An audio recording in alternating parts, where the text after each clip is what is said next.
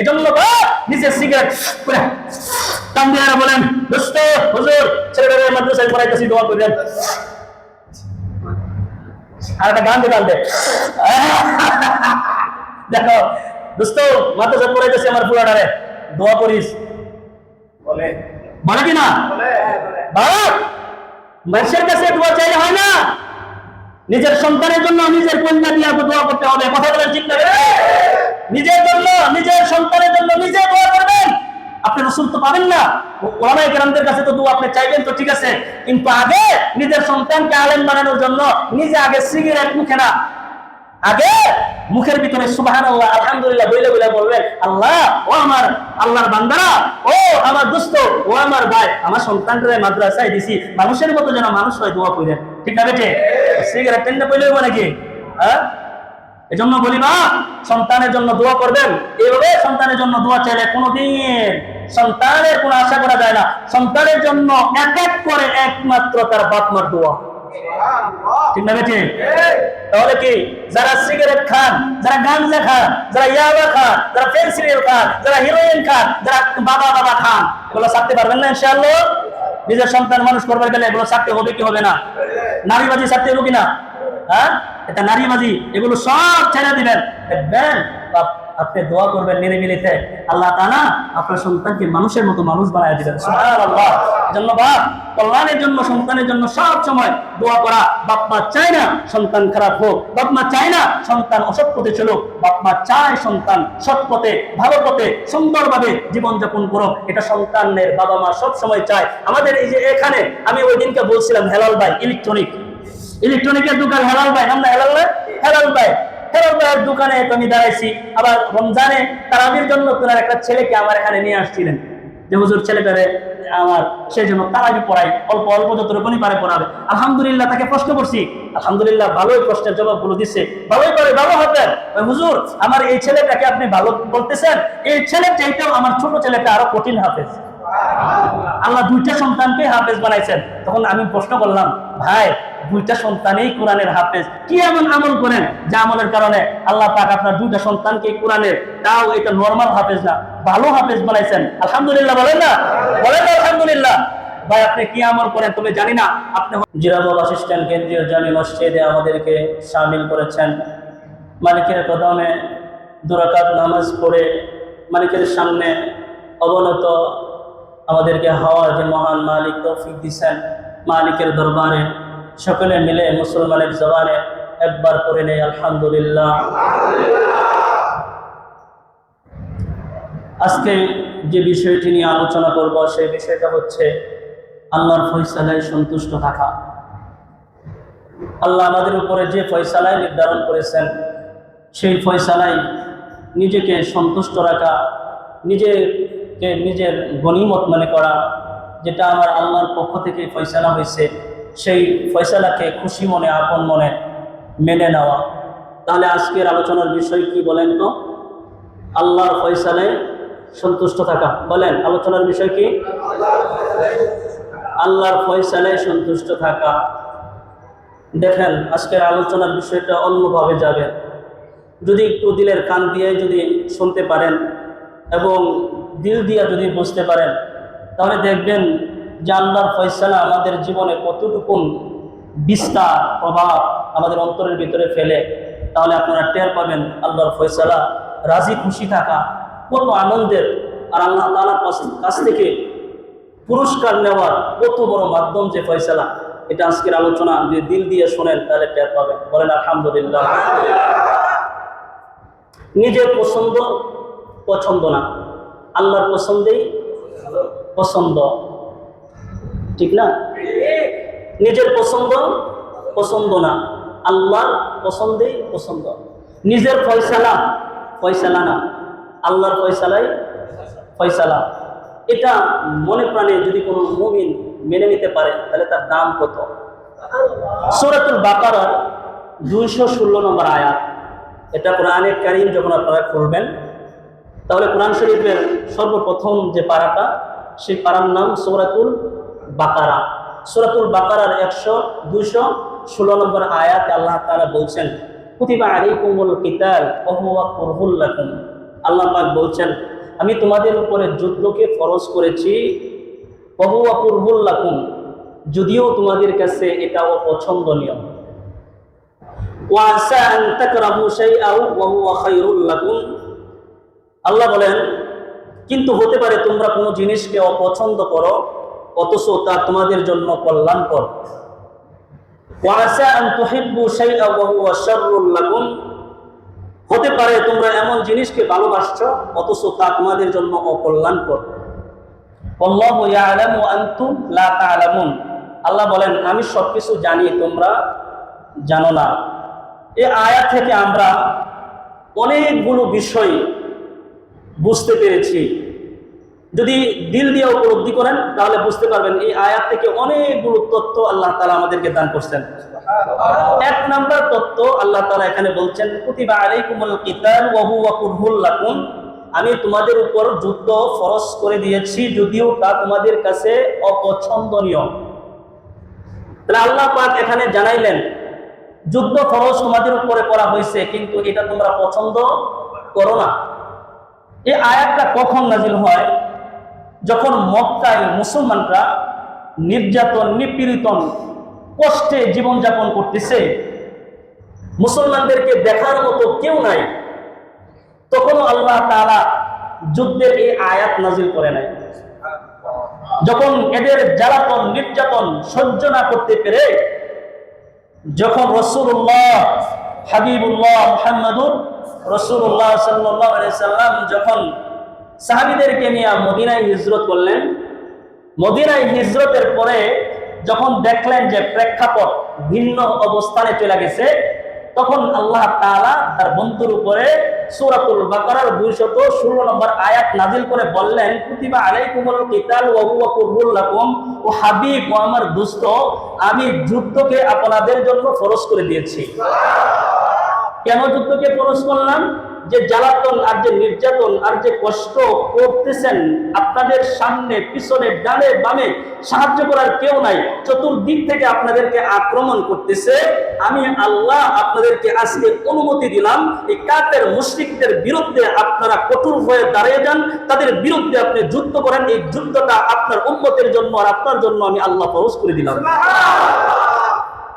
কিন্তু রাসূল করিম সাল্লাল্লাহু আলাইহি ওয়াসাল্লাম দেখলেন সাহাবারা এত নির্যাতন আর নিপীড়ন আর কষ্টে তারা দুর্বল হয়ে গেছেন, তারা যুদ্ধে করবে এই চিন্তা, এই ফিকির চেতনা তাদের দিলের ভিতরে, এই লালসা কাজ করে না, কারণ তারা ভয়ে স্তব্ধ হয়ে গেছে, ভিন্নতা অবলম্বন করতেছে। আল্লাহ তাআলা বলেন, হাবিব বন্ধু আমি জানি আপনার উম্মতের ব্যাপারটা আমি জানি, এজন্য আল্লাহ তাআলা পরের অংশে বললেন, ওয়া হুয়া কুরহুল লাকুম, যদিও তোমরা তা অপছন্দ করো। সুবহানাল্লাহ, যুদ্ধ ফরজ তোমাদের উপরে, এটা করতেই হবে, যদিও এটা তোমাদের অপছন্দ হয়। তারপরে অংশে আল্লাহ তাআলা কি বলতেছেন শুনেন, আল্লাহ বলেন, ওয়া আসা আন তাকরাহু শাইআ ওয়া হুয়া খায়রুল লাকুম, আর হতে পারে তোমরা এমন জিনিসকে অপছন্দ করো কিন্তু এটি আমি আল্লাহ তোমার জন্য কল্যাণকর করে রেখেছি। তুমি এমন এক জিনিস অপছন্দ করো কিন্তু আমি আল্লাহ বলছি এটা তোমার জন্য কল্যাণকর। তার মানে তারা যুদ্ধকে অপছন্দ করে। আল্লাহ পরের অংশে বলতেছে, ওয়া আসা আন তাকরাহু শাইআ ওয়া হুয়া খায়রুল লাকুম, যদিও তোমরা এটাকে অপছন্দ করো কিন্তু অপছন্দ যে বিষয়টাকে, যে জিনিসটাকে তোমরা অপছন্দ করো, এই অপছন্দ জিনিসের ভিতরেই আমি আল্লাহ কল্যাণ রেখেছি তোমাদের জন্য।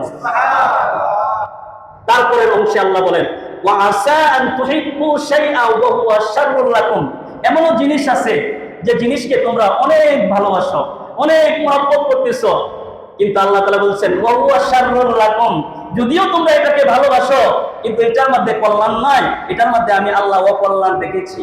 নাউজুবিল্লাহ বলেন।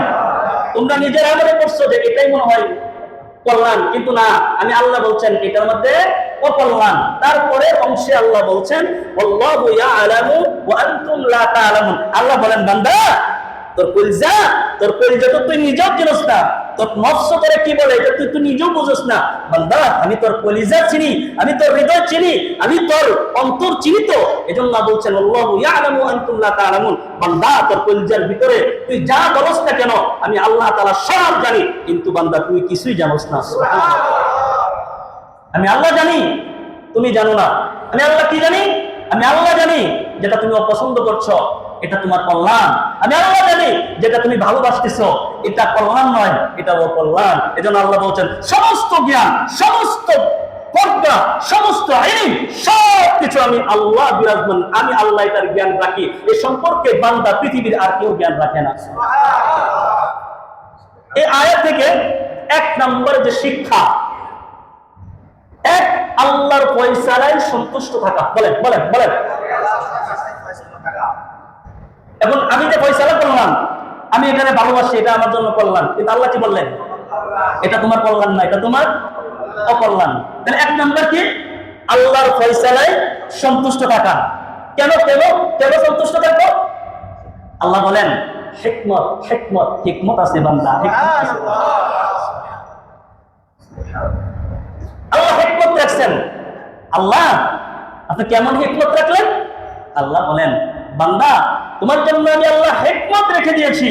তোমরা যদি আল্লাহর চয়েসকে চয়েস মনে করো, আল্লাহর সিদ্ধান্তকে যদি চূড়ান্ত সিদ্ধান্ত মেনে নাও, আল্লাহর ফয়সালাকে যদি হৃদয়ে বাস্তবায়ন করে নাও, আমি আল্লাহ তাআলা তোমাদের জন্য এমন এক পন্থা অবলম্বন করে রেখেছি যে পন্থা আমি আল্লাহ তাআলা এই দুনিয়ার মানুষের মধ্যে, দুনিয়াতে যা কিছু সৃষ্টি করেছি কোন সৃষ্টিকেই এমন পন্থা আমি আল্লাহ তাআলা দিব না, শুধু মানুষকে আমি আল্লাহ পাক অত্যন্ত একানিত্বভাবে তাকিয়ে দান করব। বান্দা এটা পেয়ে তুমি সন্তুষ্ট হয়ে যাইবা। এখানে সাহাবে আজমাইন যুদ্ধের আয়াত নাযিল হওয়ার পরে তাদের দিলের ভিতরে ভয় ঢুকছে। এক নম্বর ভয় পরিবার ছেড়ে দেওয়ার ভয়। যুদ্ধে করলে কি করতে হবে? পরিবার ছেড়ে দিতে হবে। নাম্বার 2 জীবন নাশের ভয়, জীবনটাও চলে যেতে পারে। নাম্বার 3 নাও ফিরে আসতে পারে। সন্তান সন্ততির কি হবে, পরিবার পরিজনের কি হবে? কিন্তু আল্লাহ তাআলা বলছেন অন্যত্র আয়াতে কুল্লা ইউসিবানা ইল্লা মা কাতাবাল্লাহু লানা হুয়া মাওলানা ওয়া আলাল্লাহি ফালিয়াতাওয়াক্কালিল মুমিনুন। আল্লাহ তাআলা বলছেন কুল্লা ইউসিবানা, আমার পক্ষ থেকে তোমাদের কাছে কিছু লাগবে না, ইল্লা মা কাতাবাল্লাহু লানা, আমি আল্লাহ যা লিখেছি তা ছাড়া। আল্লাহ আমি যা তোমাদের জন্য নির্ধারণ করেছি এই বিষয়টা ছাড়া তোমাদের কাছে আর কিছু মুসিবতই আসবে না। সুবহানাল্লাহ। হুয়া মাওলানা, আমি আল্লাহ তোমাদের অভিভাবক। আর একটু আস্তে কোন সুবহানাল্লাহ। হুয়া মাওলানা, আমি তোমার অভিভাবক, আমি তোমাদের রক্ষক। বড় তোমাদের টেনশন কি হইতে পারে? এই আয়াতে আল্লাহ বলছেন কুল্লা ইউসিবানা ইল্লা মা কাতাবাল্লাহু লানা, তোমাদের কাছে কোনো মুসিবত আসবে না, তোমার জীবন যাবে না, তোমার মরণ হবে না, তুমি যুদ্ধে শহীদ হবে না, ইল্লা মা কাতাবাল্লাহু লানা, আমি যদি আল্লাহ না লিখে রাখি তোমার একটা পশমও ছিঁড়বে না। তুমি ভয় পাইতেছো? এখানে আল্লাহ তাআলা মুফাসসিরিনে কেরাম এই শব্দটা দিয়ে কি সুন্দর একটা তাফসীর করছেন, শুনলে অবাক হয়ে যাবেন। সেটা হচ্ছে ইল্লা মা কাতাবাল্লাহু লানা, লানা লানা শব্দটা তাফসীর করছেন মুফাসসিরিনে কেরাম। তাফসীরে মুজহারের ভিতরে আছে লানা মানে আমাদের জন্য। আমাদের জন্য কি? ওই আমাদের জন্য তুমি যদি যুদ্ধের ময়দানে তোমার জান দিয়া দাও বান্দা, তুমি যদি যুদ্ধের ময়দানে শহীদ হয়ে যাও বান্দা, তুমি যদি যুদ্ধের ময়দানে যা কিছু করবা, তুমি যে তলোয়ার ঘুরাইবা, তুমি যে যুদ্ধের ময়দানে হাঁটবা, তুমি যে যুদ্ধের ময়দানে ঘোড়া দৌড়াইবা, যা কিছু যুদ্ধের ময়দানে করবা সব তোমার জন্য কল্যাণকর।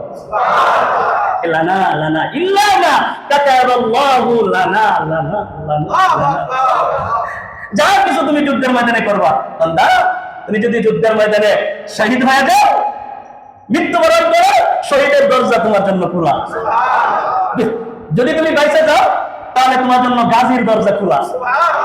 যতদিন থাকবা ততদিন আমি আল্লাহ তোমার উপরে সন্তুষ্ট হয়ে থাকবো। আচ্ছা বান্দা বলো না আর কি চাও? মরলে শহীদ, বাঁচলে গাজী। বান্দা তুমি চাও কি বলো না? তারপরের অংশে আল্লাহ পাক বলেন শুনেন না, ওয়া আলাল্লাহ ওয়া আলাল্লাহ ওয়া আলাল্লাহি ফালিয়াতাওয়াক্কালিল মুমিনুন। আল্লাহ তখন শিখায়া দিচ্ছেন মুমিনদেরকে, মুমিন তোমাদের উচিত আল্লাহর উপরে নির্ভরশীল হওয়া। সুবহানাল্লাহ। একজন মুমিনের উচিত আল্লাহর উপরে ভরসা করা। আল্লাহ শিখায়া দিচ্ছেন। আর একটু সুবহানাল্লাহ বলো। বুঝলেন না? আল্লাহর রাস্তায় হাঁটলে আল্লাহর রাস্তায় কথা বললে, আল্লাহর রাস্তায় 2 মিনিট সময় দিলে, বান্দা এটা তোমার ক্ষতি না। যতক্ষণ থাকবা বান্দা আল্লাহর পক্ষ থেকে তুমি কল্যাণের উপরই থাকবা। আল্লাহর জন্য যদি তুমি করো বান্দা, কোনো তোমার ক্ষতি হবে না বান্দা, তোমার লস নাই, তোমার কোনো লস নাই। আমি আল্লাহ তাআলা শুধু একটু সময় দিবা, একটু দৌড়াইবা, তোমার আল্লাহর জন্য তুমি একটা প্রবাদ বাক্য, তুমি প্রতিবাদ বাক্য তোমার জবান দিয়ে বের করবা বান্দা, এটাই তোমার জন্য কল্যাণের হবে। আর এই কল্যাণটা পেয়ে আল্লাহ তোমার উপরে সন্তুষ্ট হয়ে যাবে। শোনো বান্দা, তুমি যদি আমার প্রতি সন্তুষ্ট থাকো, রাসূলুল্লাহ সাল্লাল্লাহু আলাইহি ওয়াসাল্লাম বলছেন, মান রাদিয়া ফালাহুর রিদা, যে ব্যক্তি আল্লাহর জন্য সন্তুষ্ট থাকে, আল্লাহর সমস্ত কাজে যদি সে সন্তুষ্ট থাকে, তাহলে আল্লাহর পক্ষ থেকে আল্লাহ তাকে সন্তুষ্ট করে দেন। আল্লাহ আপনার উপরে যদি সন্তুষ্ট থাকি, আপনি আমাদেরকে সন্তুষ্ট করে দিবেন। শব্দটা আপনি বলেছেন, কিন্তু আল্লাহ কি দিয়া সন্তুষ্ট করবেন? আসমানের মালিক আল্লাহ বলেন, বান্দা আমার সব কিছুকে তুমি মেনে নিয়েছ সন্তুষ্টি চিত্তে, মান রাদিয়া ফালাহুর রিদা, আমার প্রতি আল্লাহর প্রতি তুমি সন্তুষ্ট হয়েছো বান্দা, আমি আল্লাহর পক্ষ থেকে তোমার জন্য সন্তুষ্টি নাজিল করলাম। কি সন্তুষ্টি আল্লাহ দিবেন? আল্লাহর রাসূল সাল্লাল্লাহু আলাইহি ওয়াসাল্লাম তারপরে একটি হাদিস, এই হাদিসের সর্বব্যাখ্যার মধ্যে রাসূল বলেন, আল্লাহ যে আমাদের প্রতি খুশি হবেন, খুশি হয়ে আল্লাহ আমাদেরকে কি দিবেন তা এই হাদিসের মধ্যে বর্ণনা করেছেন। আল্লাহ রাসূল সাল্লাল্লাহু আলাইহি ওয়াসাল্লাম বলেন, ইন্নাল্লাহা ইয়াকুলু লিআহলিল জান্নাহ, আল্লাহর রাসূল বলেন, আল্লাহ পাক জান্নাতীদেরকে বলবেন, ইয়া আহলাল জান্নাহ, ও আমার জান্নাতবাসীরা, ফাকুলুনা লাব্বাইক রব্বানা ওয়া সাদাইক। আল্লাহু আকবার। আল্লাহ পাক যখন বলবেন ও জান্নাতবাসীরা, তখন জান্নাতীরা বলবেন, ফায়াকুলুন রব্বানা রব্বানা ওয়া সাদাইক আল্লাহুম্মা লাব্বাইক। আল্লাহ আমরা এখন হাজিরা দিলাম, আপনার ডাকে সাড়া দিলাম। সুবহানাল্লাহ, আমি আপনার ডাকে সাড়া দিলাম। ওয়াল খায়রু ফি ইয়াদিক, আর সমস্ত কল্যাণ তো আল্লাহ আপনার হাতেই রয়েছে। সমস্ত কল্যাণ আপনার হাতেই রয়েছে। তখন আল্লাহ তাআলা বলবেন, ফায়াকুলু হাল রাদিতুম, আল্লাহ বলবেন, ও আমার জান্নাতীরা, তোমরা কি আমার প্রতি সন্তুষ্ট আছো নাকি? সুবহানাল্লাহ। তখন জান্নাতীরা বলবেন, ফাকুলুনা ওয়া মা লানা লা নারদা ইয়া রাব, হে রব, কেন আপনার প্রতি সন্তুষ্ট হব না? কেন আপনার প্রতি সন্তুষ্ট হব না? ওয়া কাদ আতাইতানা মা লাম তুতি আহাদান মিন খালকিকা, আল্লাহ আপনি আমাদেরকে যা কিছু দিয়েছেন কোন সৃষ্টিকে তো আপনি দেন নাই, শুধু তো আমাদেরকে দান করেছেন, তাহলে আমরা কেন খুশি হব না? তখন আল্লাহ তাআলা বলবেন, ফায়াকুলু আলা উতিকুম আফদালু মিন যালিক, আল্লাহ পাক বলবেন, ও আমার জান্নাতীরা, এর চাইতে উত্তম কি কিছু জিনিস কি তোমরা নিবা না? এর চাইতে উত্তম কি কিছু জিনিস কি আমার কাছ থেকে তোমরা নিবা না? তখন জান্নাতীরা বলবেন, ফায়াকুলুনা ইয়া রাব ওয়া আইয়ু শাইইন আফদালু মিন যালিক, ও আমার আল্লাহ, এর চাইতে উত্তম কি জিনিস আর আছে? সুবহানাল্লাহ, এর চাইতে উত্তম কি জিনিস আর আছে যে আপনি দিবেন? আল্লাহ পাক তখন বলবেন, উহিল্লা আলাইকুম রিদওয়ানি, ও আমার জান্নাতবাসীরা, আমি আজকে তোমাদের উপরে আমার সন্তুষ্টি তোমাদের উপরে নাজিল করলাম। আমি আল্লাহ পাক তোমাদের উপরে সন্তুষ্ট হয়ে গেলাম। ফালা আসখাতু আলাইকুম বাদাহু আবাদা, এরপরে আর কোনদিন তোমাদের উপরে আমি আল্লাহ অসন্তুষ্ট হব না। এরপরে আর কোনদিন তোমাদের প্রতি অসন্তুষ্ট হব না। আমি আল্লাহ আজকে জানাই দিলাম, বান্দা তোমাদের উপরে সন্তুষ্টি নাজিল করলাম। তার মানে আল্লাহ এই জায়গায় বুঝাইবার চাই, ও আমার বান্দারা শোনো, জান্নাতের চাইতে আর কি আছে তোমাদের কাছে পছন্দের? সুবহানাল্লাহ। মানুষ যখন জন্মগ্রহণ করে মৃত্যুর আগে আগে তার চিন্তা চেতনা হয় জান্নাত কি মালিক দিবে কিনা, চাওয়া একটাই থাকে, ঠিক না বেটি? চাওয়া একটাই থাকে, জান্নাত কি পাবো কি পাবো না, চিন্তা ধারণা ফিকির একটাই থাকে। আল্লাহ বলেন আমি যার প্রতি সন্তুষ্ট হয়ে যাই, আমি আল্লাহ তাআলা জান্নাত আগে দিয়া তারপরে আমি আল্লাহ তাদের উপরে সন্তুষ্টি নাজিল করি। আমার ফয়সালা আগে জান্নাত তারপরে সন্তুষ্ট, সুবহানাল্লাহ। এইজন্য সন্তুষ্টির কথা আল্লাহ পাক করে বলছেন, রাসূল করিম হাদিসের মধ্যে বর্ণনা নিয়ে আসছেন, আল্লাহ জান্নাতেরকে ডাইকা বলবে সবকিছু তো পাইলা, বান্দা আমার প্রতি কি তোমরা রাজি আছো কিনা, খুশি আছো কিনা? তখন জান্নাতীরা বলবে আল্লাহ খুশি তো, কিন্তু আল্লাহ বলবেন এর চাইতেও কি খুশির খবর তোমারে দিন। সুবহানাল্লাহ। তাহলে আল্লাহর সন্তুষ্টি বড় সন্তুষ্টি, ঠিক না বেটি? আল্লাহর সন্তুষ্টি হলো বড় সন্তুষ্টি। এই জন্য আল্লাহর ফয়সালার উপরে টিকে থাকা, আল্লাহ যেভাবে চালাই সেইভাবেই বইয়া থাকা, এটা হচ্ছে মুমিনের গুণ, এটা হলো মুমিনের গুণ। সুবহানাল্লাহ বলেন। এই জন্যই তো বলা হয়েছে আল্লামা ইমাম ইবনে কাইয়্যিম রাহিমাহুল্লাহ তার বিখ্যাত কিতাব মাদারিসুস সালিকিন বাইনা মানাজিলা ইয়াকা নাবুদু ওয়া ইয়াকা নাস্তাঈনের ব্যাখ্যার মধ্যে এসেছে, এই ব্যাখ্যার মধ্যে নিয়ে আসছেন আল্লাহর নবীর একজন সাহাবী, তার নাম হচ্ছে ইমরান ইবনে হুসাইন রাদিয়াল্লাহু তাআলা আনহু। এই ইমরান ইবনে হুসাইন রাদিয়াল্লাহু তাআলা আনহু তিনার শত্রুকে তিনি আক্রান্ত, শত্রু হয়েছে। ওই শত্রু কি? ওই শত্রু হইল মানুষের দেহের ভিতরে যতগুলো রগ আছে, শিরা উপশিরা আছে, ওই রগের ভিতরে যে রক্তগুলো প্রণালীগুলো রক্ত যে পরিচালিত হয়, এই রক্তের বদলে তার সমস্ত রক্তগুলো পানিতে পরিণত হয়ে গেছে। তার রক্ত যেখান দিয়ে চলাচল করবে ওই জায়গাগুলো পানি হয়ে গেছে, তার মানে রক্ত পানি হয়ে গেছে। আল্লাহর নবীর এই সাহাবী যদি এইভাবে উপর হয়ে থাকতেন আর ডান বাম তিনি চিনতেন না, এইদিকেও তিনি হারাইতে পারতেন না, এদিকেও তিনি হেলতে পারতেন না, তার জিন্দেগিটা বিছানায় এক তরফা কইরা তার জিন্দেগি তিনার চলতেছিল। কিন্তু তাকে দেখার জন্য, ইয়াদাতুল মারি করার জন্য মুদাররফ ইবনে আব্দুল্লাহ রাদিয়াল্লাহু তাআলা আনহু তার বাড়িতে আসলেন দেখার জন্য। আয়েশা দেখলেন ইমরান ইবনে হুসাইন রাদিয়াল্লাহু তাআলা বিছানায় পড়ে আছে, শরীরটা শুকায়া হাড্ডি হয়ে গেছে। আল্লাহর নবীর এই সাহাবী ইমরান ইবনে হুসাইন রাদিয়াল্লাহু তাআলা আনহুকে দেখা কান্দে দিছে, কান্দে দিয়া বলে দোস্ত তোমারে আমি এইভাবে দেখব কোনোদিন ভাবি নাই, দোস্ত তুমি না নবীর সাহাবী, তোমার এই হালত কেমনে হলো? সুবহানাল্লাহ। দোস্ত রে তুমি না নবীর সাহাবী, আর নবীর সাহাবীর অবস্থা এমন বিকট অন্য হয়ে গেছে, খেলতে পারে না, ডানেও চাইতে পারে না, বাম দিকেও তাকাইতে পারে না, সোজা হয়ে থাকে। ইমরান ইবনে হুসাইন তার দুষ্টকে বলে ও দুষ্ট কান্দো না, কান্দার কোনো পেরেশানি এখানে নাই, কেন তুমি কান্দো? ও দুষ্টরে একটা দুষ্ট কি আর একটা দুষ্টরে দেখলে কি আর সহ্য হয়? তোমার এই কষ্ট সহ্য হয় না, এই জন্য আমি কান্দি। সুবহানাল্লাহ। এই জন্য আমি কান্দি। ও দুষ্টরে কান্দিস না, ওই কেন কাঁদবো না, ওই এই জন্যই কাঁদবি না, আমার আল্লাহর ফয়সালা আমি বিছানায় পয়রা থাকা এটা আমার আল্লাহর পছন্দ, আর আমার আল্লাহর পছন্দ যেহেতু আমি বিছানায় পড়ে থাকা, এই জন্য আমিও বিছানায় পয়রা থাকা আমি ইমরানের পছন্দ। আমার আল্লাহর ফয়সালা আর পছন্দ হইল আমি বিছানায় এক কাপ হয়ে শুয়ে থাকা, এটা আল্লাহর পছন্দ।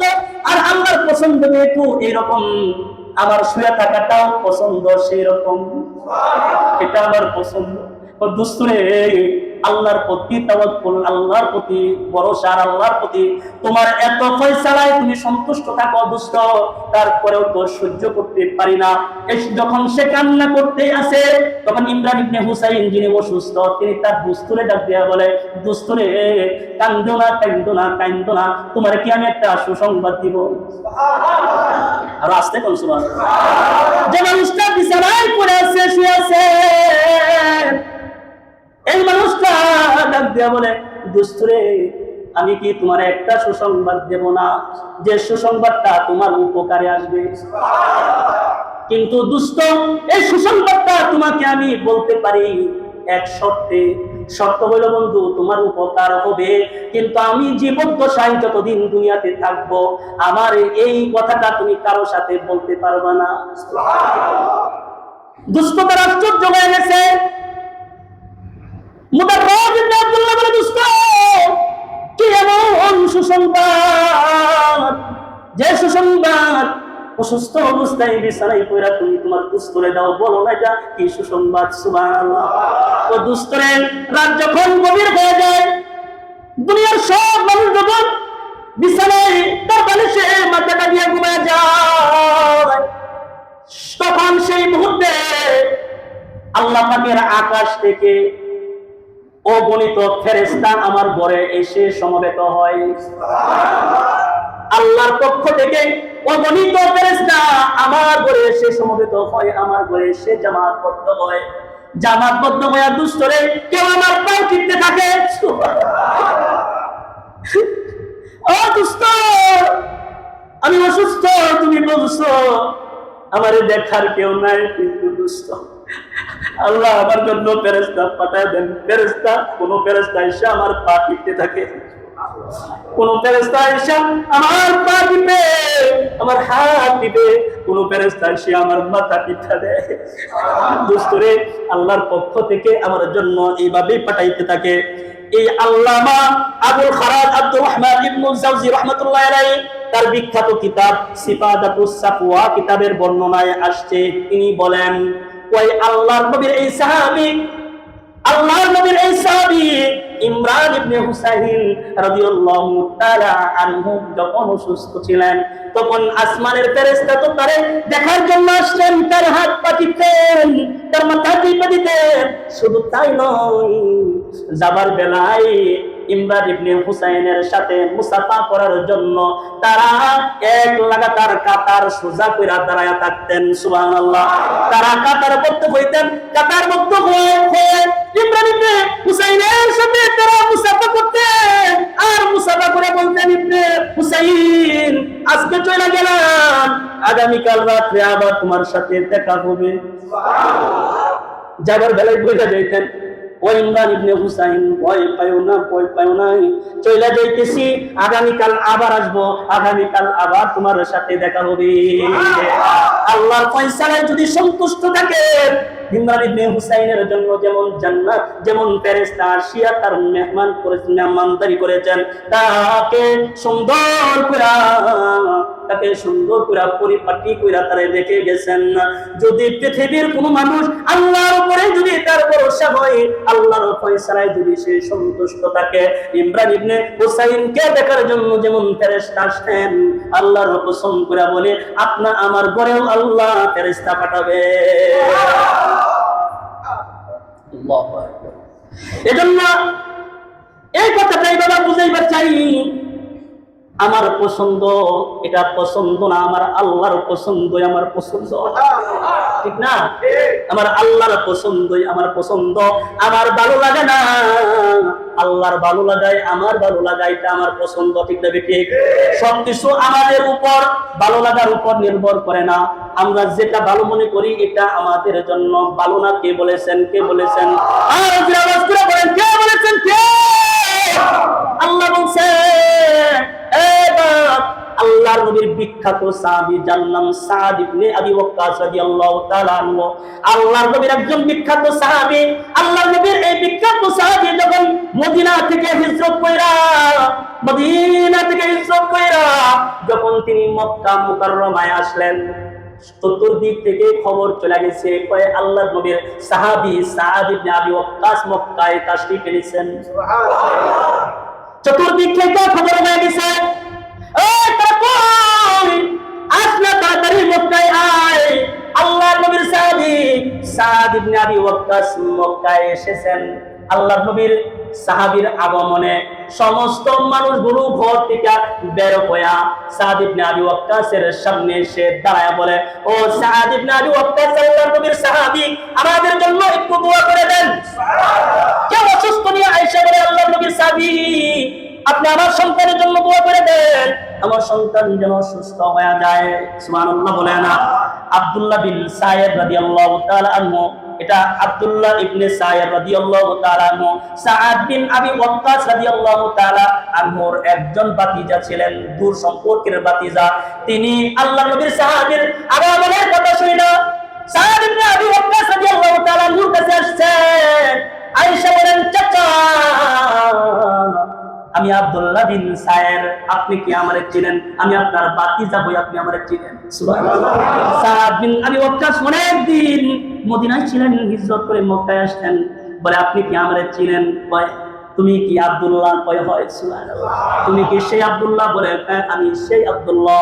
তো হযরত আব্দুল্লাহ রাদিয়াল্লাহু তাআলা আনহু বলেন, ওগো চাচা যান, মদিনায় আসছেন আপনি, কিন্তু নজর করে দেখেন সাদ বিন আবি ওয়াক্কাসের দুইটা চোখের মধ্যে আলো নাই, অর্থাৎ সে অন্ধ হয়ে গেছেন। বার্ধক্যের কারণে সাদ বিন আবি ওয়াক্কাসের চোখের আলো চলে গেছিলেন, অন্ধ হয়ে গেছেন।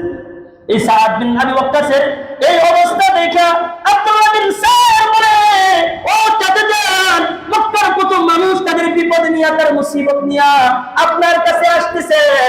সায়ের রাদিয়াল্লাহু তাআলা বলেন, এই আল্লাহর নবীর সাহাবী সাদ বিন আবি ওয়াক্কাস রাদিয়াল্লাহু তাআলা আনহু, যার জন্য যখন দোয়া করেন সাথে সাথে সে দোয়া কবুল হয়ে যায়।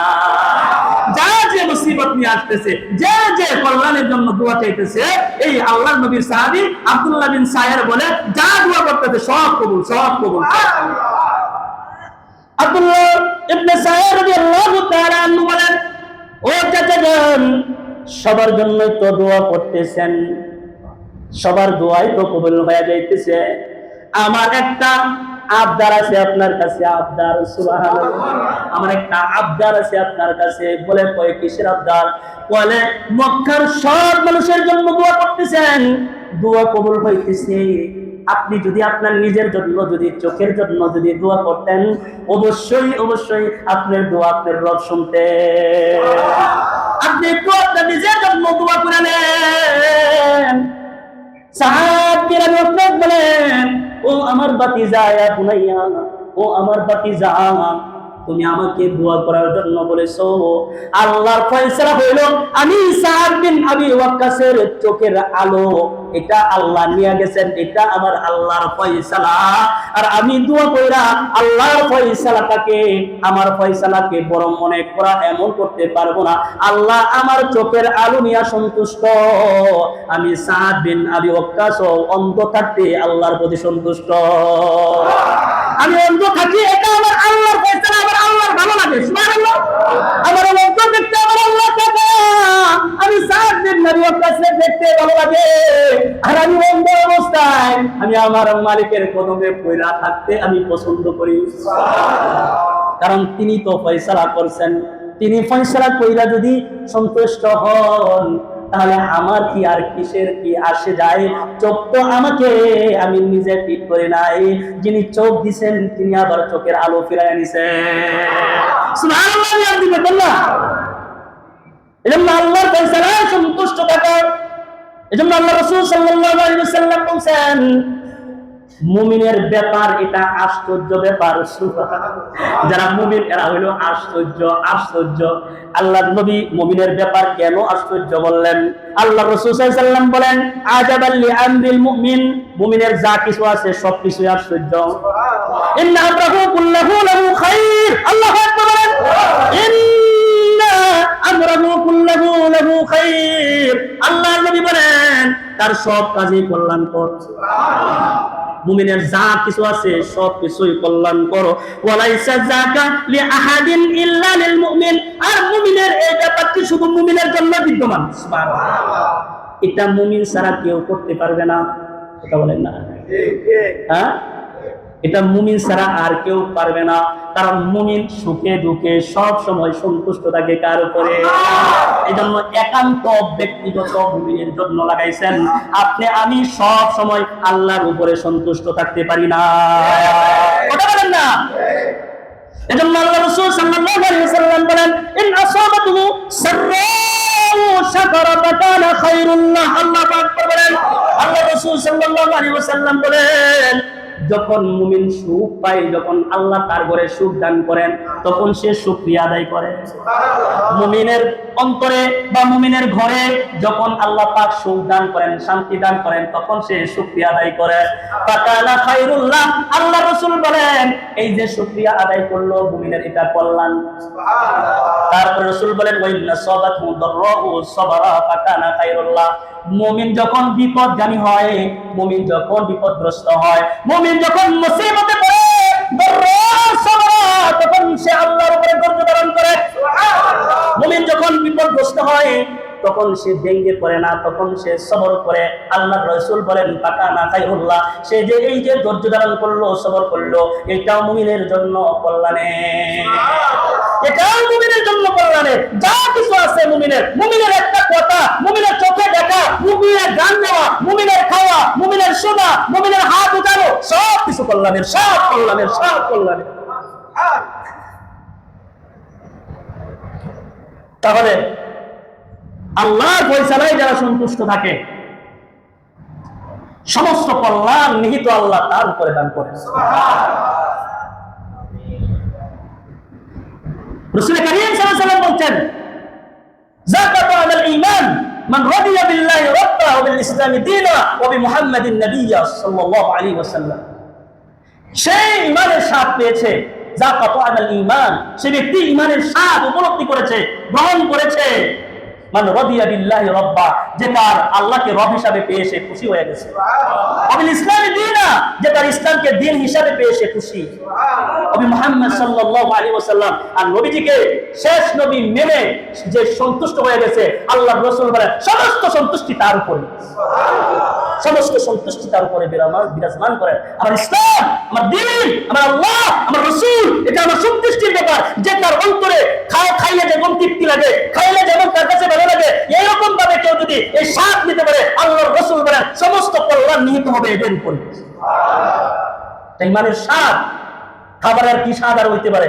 খাবার খায়া তো হাঁটতে পারি না, উঠতে পারি না, কিন্তু ইমানের স্বাদ এমন, ইমানকে খেয়েছে, ইমানের স্বাদকে গ্রহণ করেছে, তারা সামনে যাইয়া বলে ইমান তাদের কাছ থেকে নূরের মতো বাসতে থাকে, বের হইতে থাকে, ইমান বের হতে থাকে তাদের হৃদয় থেকে, কলব থেকে ইমান বের হয়, দেখা যায়। তাহলে আমি বলবো বাজান, আপনি আমার ফয়সালায় ফয়সালা না। তাহলে এক নম্বর বলছিলাম আল্লাহর ফয়সালায় সন্তুষ্ট থাকা, এতে হিকমত আছে। নাম্বার 2, কষ্ট মানেই খারাপ নয়, সমস্ত কষ্টই খারাপ নাই, কিছু কষ্ট মানুষের সফলতার সিঁড়ি দেখায়। আপনি মনে করছেন যুদ্ধ করা কষ্ট, বিবি ছেড়ে দেওয়া কষ্ট, সন্তান ছেড়ে চলে যাওয়া কষ্ট, আল্লাহ বলেন না, এটা কষ্ট না বান্দা, আমি এই কষ্টের ভিতরে সফলতার জান্নাতের সিঁড়ি তোমাদেরকে দেখাবো। নাম্বার 3, সব পছন্দই পছন্দ না, সব পছন্দই ভালো নয়, মানুষের ইচ্ছা সবসময় সঠিক থাকে না। আপনি ইচ্ছে করলেন, আপনার ইচ্ছা সবসময় সঠিক থাকবে না, এজন্য আল্লাহ বলছেন তোমার ইচ্ছা সঠিক না, আমি আল্লাহ যে ইচ্ছা করি এটাই সঠিক, এটাই মেনে নাও। সুবহানাল্লাহ।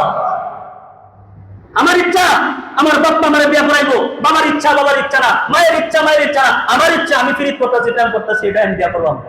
কথা বলে ঠিক না বেটি? এটা তার কাছে সঠিক মনে হয়, কিন্তু এখানে বলা হয়েছে নিজের ইচ্ছা সব সময় সঠিক থাকে না। কেন সঠিক হয় না? আপনি আজকে নিজের সিদ্ধান্ত নিলেন, নিজের সিদ্ধান্ত নিয়া না বাবা বিয়া করাইবাছো তুমি, আর তোমার পছন্দের নাই আমি বিয়া করবো, আমি এটা কি আর হইতে পারে? নিজে বিয়া করে করার পরে 2 দিন বাইরে থাকে, লাত্তি উস্কা খায়া বাপমার পায়ের তলে আবার এসে করে থাকে। কেন? ওই যে তোমার যে সিদ্ধান্ত ইচ্ছা, এটা তুমি সঠিক করতে পারো নাই, কিন্তু তোমার বাবা মা তোমার জন্য সঠিক ছিল, তোমার বাবা মা তোমার কল্যাণ আশা করে, তোমার বাবা মা তোমাকে সুপথ দেখাতে চায়। কোন বাবা মা কোন সন্তানের কোনোদিন খারাপ নিয়ে চায় না, প্রত্যেকটা বাবা মা চায় তার সন্তান সুন্দর থাকুক, তার সন্তান ভালো থাকুক, তার সন্তান শান্তিতে থাকুক। এই জন্য নিজের একটা সন্তানকে বউয়ের কাছে একলা দিয়া দেয়, বাবা তোরা শান্তিতে থাক, তোদের মাঝে আমরা থাকবার চাই না, চাই না, চাই না। কথা বলে ঠিক না বেটি? কখনো কখনো বাবা মা একটা সন্তান যারে নিয়ে জিন্দেগির পুরো স্বপ্ন ছিল, আমার এই সন্তান নিয়ে পুরো স্বপ্ন, আমার যতদিন থাকবো সন্তানটাকে বুকে আগলায় রাখবো, এমন এক রমণী নিয়ে আসে ঘরের ভিতরে, তখন আর সন্তানকে বুকে আগলায় রাখা, এটা কেন? আপনার সিদ্ধান্ত সঠিক নয়, আপনার সিদ্ধান্ত সঠিক না থাকার কারণে এই অবস্থা পরিণত হয়। এজন্য আল্লাহ বলেন আমি সঠিক সিদ্ধান্ত কোরআনে কারীমে দিয়ে দিয়েছি, কেমনে বিবাহ করবা, কেমনে বউ দেখবা, কেমনে বউ আনবা, কিভাবে ঘরের মধ্যে রাখবা, কি অবস্থায় রাখবা, আমি আল্লাহ সঠিক জ্ঞান কোরআনে কারীমে দিয়ে দিয়েছি। ফলো করো বান্দা, ঘরে দুনিয়াতে বাজারে বন্দরে সব জায়গায় শান্তি বিরাজমান করবে। সুবহানাল্লাহ, মিয়াও সুবহানাল্লাহ। কোন আমরা কি যে মুসল্লি হইতেছে দিন দিন বুঝি না, মিয়াও করেন কেন লাগা, ঠিক লাগে কি রাগ করলেন? রাগ করে খালি হুজুরে খালি কয়টা সুবহানাল্লাহ দিবার লাগে, আলহামদুলিল্লাহ কয় তো হুজুরে কয়টা সুবহানাল্লাহ ঠিক করে বই থাকবো, বই থাকলে বই জানেন আমার কি তা যে বলবো সে সফলতার সিঁড়ি দেখতে পারবো। আল্লাহ বলছেন যুদ্ধ কষ্ট লাগে, আল্লাহ বলেন বান্দারে নামাজ পড়া কষ্ট লাগে কিন্তু এতে কল্যাণ। পাঁচ ওয়াক্ত নামাজে আজান হয়, দোস্ত নামাজে যাইবি না? হুজুরের খায় না তার কাম নাই, সারাদিন মানুষের বাড়িতে খাওয়ান আর মসজিদে আইসা তেরায়া তেরায়া নামাজ পড়া ছাড়া আর হুজুরের কান্তি, ঠিক না বেটি? হ্যাঁ আসানা মুসল্লি, ওরে কপাল পুরা মুসল্লি, আর জীবনে জবান দিয়া কোনোদিন এরকম কথা বের করবে? যারা বের করে এরা কপাল পুরা, কপাল পুরা কিনা জোরে বলেন না?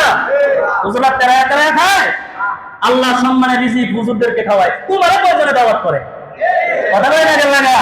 তুমি পয়সারে দাওয়াত করবে না, তুমি পয়সারে সুন্দর একটা চেয়ারের মধ্যে বসার যোগ্যতা তোমার ভাই, কেউ তোমার তার নিজের পছন্দের চেয়ারে বসাইবো? আমরা গেলে হুজুর হুজুর চেয়ারটার মধ্যে বল, কথা বলেন ঠিক না বেটি? একটা চেয়ারে দেয়, সম্মান দিচ্ছেন কে? তুমি কো তেরায়া তেরায়া না, তেরায়া তেরায়া দেয় না, হুজুর জান্নাতের রাস্তায় জান্নাতি মানুষ নিয়ে নামাজ পড়ায়। মনে রাখবা কষ্ট, সব কষ্ট কষ্ট না, কিছু কষ্ট তোমাকে সফলতা এনে দিবে, কিছু কষ্ট তোমাকে জান্নাতের রাস্তা দেখাবে, কিছু কষ্ট তোমাকে কল্যাণের পথ দেখায় দিবে। গুনাহ ছেড়ে দেওয়া তোমার জন্য অনেক কষ্টে। আল্লাহ বলছেন বান্দা গুনাহ ছেড়ে দিলে সফলতা আসবে, সফলতা আসবে, সফলতা আসবে। গুনাহ ছেড়ে দাও, নির্ঘাত নির্ঘাত তোমার সফলতা হয় না, আসে না, তোমার ভালো একটা চাকরি হয় না, তোমার ঘরে ভালো একটা খাবার হয় না, আল্লাহর কসম, আল্লাহর কসম গুনাহ ছেড়ে দেন, দেখবেন কয়েকদিন পরে থেকে আপনার ঘরে আল্লাহর সম্মানে রিজিক আসতে থাকবে। ওয়াদা কার? ওয়াদা কার? আল্লাহ। তাহলে সবকিছু আমাদের ভালো লাগার উপরে নির্ভর করে না। নাম্বার 2, আল্লাহ যা নির্ধারণ করেন তাতেই প্রকৃত কল্যাণ। আল্লাহর নির্ধারণে আমাদের জন্য কল্যাণ রেখেছেন কে? আল্লাহর সিদ্ধান্তই বড় সিদ্ধান্ত, আর আল্লাহ প্রকৃত কল্যাণ আমাদের জন্য রেখেছেন। এজন্য বাজার কষ্টের ভিতরে আল্লাহ তাআলা কল্যাণ রেখেছেন। বান্দা নামাজে আসো না, আসো নামাজে, এটাই তোমার জন্য কল্যাণ। বান্দা গুনাহ করতেছো, ছেড়ে দাও, এটার মধ্যেই তোমার সফলতা। সুবহানাল্লাহ।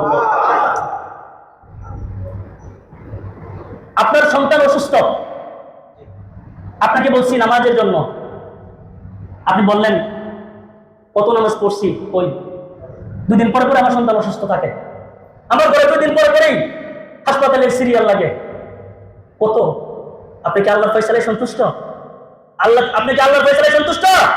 সন্তুষ্ট হয়েছেন? কেন আপনি বললেন কি?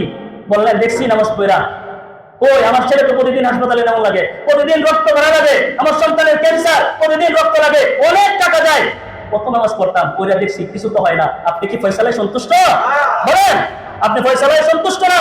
এজন্য আল্লাহ রাসূল সাল্লাল্লাহু আলাইহি ওয়াসাল্লামের সাহাবী হযরত আবু তালহা রাদিয়াল্লাহু তাআলা আনহু, তিনি ব্যবসার কাজে বাইরে গেছেন, সন্তান অসুস্থ ঘরের ভিতরে, তারপরে বাণিজ্যিক কাজে বাইরে গেলেন। বাইরে থেকে যখন তিনি ঘরে আসলেন, সফর করে আসার পরে এর আগেই তার সন্তান মারা গেছে। সন্তান যখন মারা গেছে, তার বিবি খুব সুন্দর করে গোসল করায়া পরিপাটি কইরা সাদা কাপড়ে মোড়ায়া বিছানার এক সাইডে রেখে দিয়েছে। সুবহানাল্লাহ। বিছানার এক সাইডে রেখে ঘুরে দিয়েছেন। আবু তালহা রাদিয়াল্লাহু তাআলা আনহু বাড়ি থেকে এসে বলছেন আমার সন্তানের কি অবস্থা? আবু তালহার স্ত্রী বলতেছেন আপনার সন্তান শান্তিতে নিরিবিলি ঘুমাচ্ছেন। সুবহানাল্লাহ বলেন, শান্তিতে নিরিবিলি ঘুমাচ্ছেন। স্বামী মনে করছেন মনে হয় সুস্থ হয়ে গেছে, আলহামদুলিল্লাহ শান্তিতে আমার সন্তান ঘুমাইতেছে। এজন্য তিনি আর কথা না বাড়ায়া বিবি সন্তান সহ ঘুমায় গেলেন। সকালে ফজরের আগে উঠলেন, ওইটা স্বামী স্ত্রী গোসল করলেন, গোসল টোসল কইরা ফজরের টাইম হইল। যখন ফজরের একবারে নামাজের টাইম 5 মিনিট আছে, ঘর থেকে আবু তালহা বের হবেন, এমন সময় স্ত্রী ডাক দিয়া বলেন স্বামী বলেন তো সন্তান দিছেন কে? বলে আল্লাহ। ও বলেন তো অসুস্থতা দেন কে? কয় আল্লাহ। বলেন তো মৃত্যু দেন কে, নিয়ে যান কে? কয় আল্লাহ। আপনার সন্তান মারা গেছে। আপনার সন্তান মারা গেছে। আবু তালহা না বলতে পারতেছে তার বিবিকে কিছু, আর এদিক দিয়ে সময়ও হয়ে গেছে, মসজিদে নববীর আজান হয়ে গেছে, সময় নাই, জামাত পড়তে হবে। দৌড়ায় মসজিদে গেছে, দৌড়ায় মসজিদে যাইয়া ফজরের নামাজ পড়া রাসূলের দরবারে সামনে দাঁড়ায় বলে ইয়া রাসূলুল্লাহ আমি তো ব্যবসার কাজে বাণিজ্যিক কাজে বাইরে গেছিলাম, এমন এমন ঘটনা ফিরে আইসা দেখি আমি তো আমার বিবি বলছে আমার সন্তান তো শান্তিতে ঘুমাইতেছে, মনে করেছি সুস্থ হয়ে গেছে, কিন্তু আমি যখন নামাজে আসবো তখন আমার বিবি বলছে আমার সন্তানটা মারা গেছে, ইয়া রাসূলুল্লাহ আমি এখন কি করব? সুবহানাল্লাহ। আল্লাহ রাসূল সাল্লাল্লাহু আলাইহি ওয়াসাল্লাম তার ভূমিকা দেখেন, নবীজির ভূমিকাটা কি?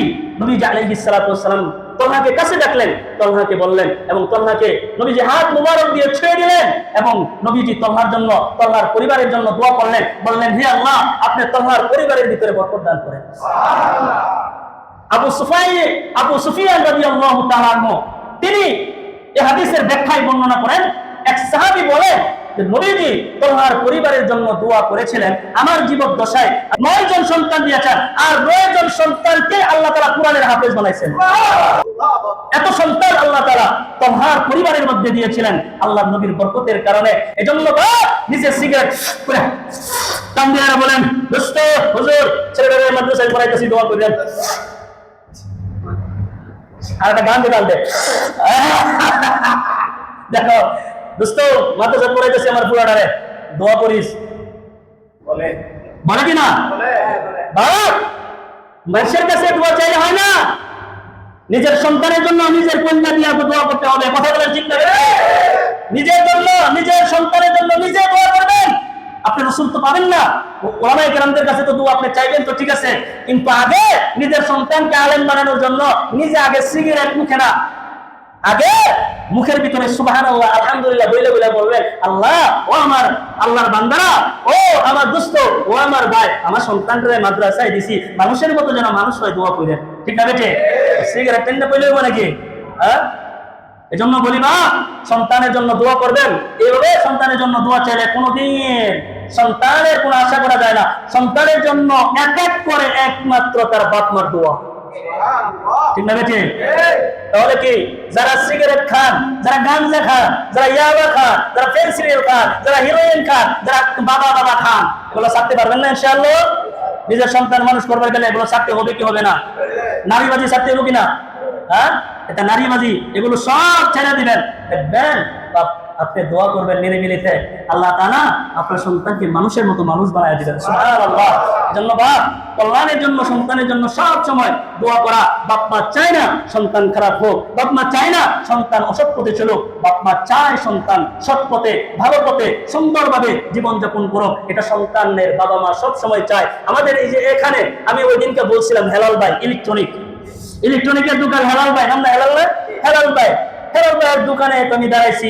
আবার রমজানে তারাবির জন্য তোমার একটা ছেলেকে আমার এখানে নিয়ে আসছিলেন যে হুজুর ছেলেটারে আমার সেই জন্য তারাবি পড়াই, অল্প অল্প যতটুকুনি পারে পড়াবে। আলহামদুলিল্লাহ তাকে প্রশ্ন করছি, আলহামদুলিল্লাহ ভালোই প্রশ্নের জবাবগুলো দিচ্ছে, ভালোই করে, ভালো হবে। হুজুর আমার এই ছেলেটাকে আপনি ভালো বলতেছেন, এই ছেলের চাইতেও আমার ছোট ছেলেটা আরো কঠিন হাফেজ। আল্লাহ 2টা সন্তানকে হাফেজ বানাইছেন। তখন আমি প্রশ্ন করলাম, ভাই 2টা সন্তানই কোরআনের হাফেজ, কি এমন আমল করেন যে আমলের কারণে আল্লাহ পাক আপনার 2টা সন্তানকে কোরআনের, তাও এটা নরমাল হাফেজ না, ভালো হাফেজ বানাইছেন? আলহামদুলিল্লাহ বলেন না? বলেন না আলহামদুলিল্লাহ? ভাই আপনি কি আমল করেন তবে জানি না, আপনি হয়তো বলতেও পারবেন না কি আমল করেন, তবে ভাই দিনের লাইন আল্লাহ আপনারা দেখায়